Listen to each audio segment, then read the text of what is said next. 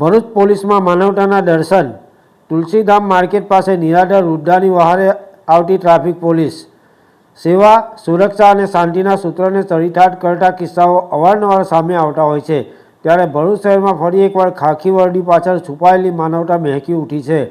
શહેરના વ્યસ્ત એવા તુલસીધામ શાક માર્કેટ વિસ્તારમાંથી એક નિરાધાર વૃદ્ધા મળી આવતા ટ્રાફિક પોલીસે તેઓની વહારે આવી પ્રશંસનીય કામગીરી કરી હતી।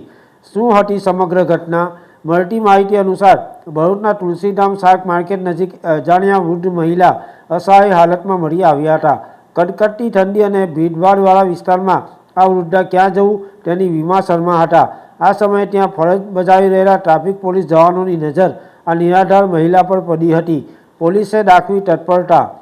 ટ્રાફિક પોલીસ જવાનોએ માનવતા દાખવી તુરંત વૃદ્ધાની પૂછપરછ કરી હતી અને તેમને પ્રાથમિક હૂંફ આપી હતી। વૃદ્ધાની સ્થિતિ જોતા જવાનોએ સમય સૂચકતા વાપરી 112 ઇમરજન્સી સેવાને જાણ કરી હતી।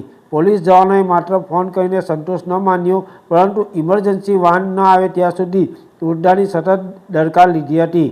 112ની ટીમ ઘટના સ્થળે પહોંચતા ટ્રાફિક પોલીસે વૃદ્ધાને તેઓને સોંપ્યા હતા। હાલ આ નિરાધાર વૃદ્ધાને સુરક્ષિત સ્થળે અથવા આશ્રમમાં ખસેડવા માટેની આગળની કાયદેસરની તજવીજ હાથ ધરવામાં આવી છે। ટ્રાફિક પોલીસની આ સંવેદનશીલતા જોઈ સ્થાનિકો અને રાહદારીઓએ પણ પોલીસની કામગીરીને બિરદાવી હતી। પાલેજ ટાઈમ્સ, ભરૂચ।